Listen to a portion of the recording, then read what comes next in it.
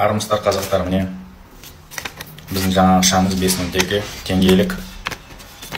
Не біздің баяғы 5000 теңге біз көрген, мынау не жаңа 5000 теңгелік. Не жоқ осында? Сендер қуанып жатсыңдар, жаңа купюра шығып жатыр да, өзіміз жинай, қарай, анау мынау. Не жоқ осында осы купюрада? Осы купюрада флаг жоқ. Біздің флагымыз жоқ. А флаг ол не? Атрибут независимости. Орысша айта алмаймын, қазақша айта алмаймын. Атрибут независимости. Назарбаев уақытында бізге не келген? Валюта келген.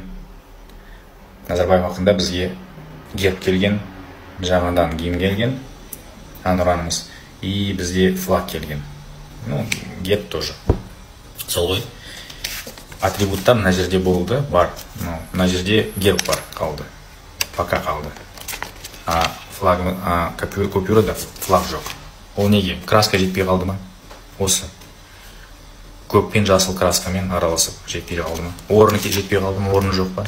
Купюрада қоятын флагта. Қараңдар. Біз негізі мынаған қарап, кішкене мына жерді соқтық қой, ұстадық қой мына жерді. Міне флагымыз бар деп, отанымыз бар, жеріміз бар. Давайте қолдай қазақтар. Жазыңдар, комментарий жазыңдар. Нағызбанық болып, бірдемес соны комментарийге жазыңдар, жіберіңдер, репост жасаңдар.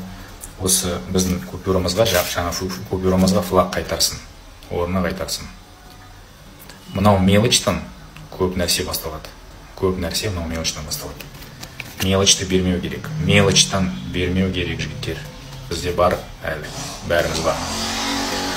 Аллаға шүкір, президентіміз бар, валютамыз бар, флагымыз бар, герб бар, әнұран бар, жеріміз бар, отанымыз бар, отанды қорғайтын жігіттер бар.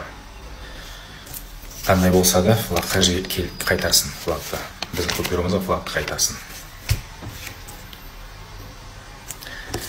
Тағы да айтайды ғой, если что, бізде соны айтайын деп едім. Стай алмай қалдым, кешіріңдер.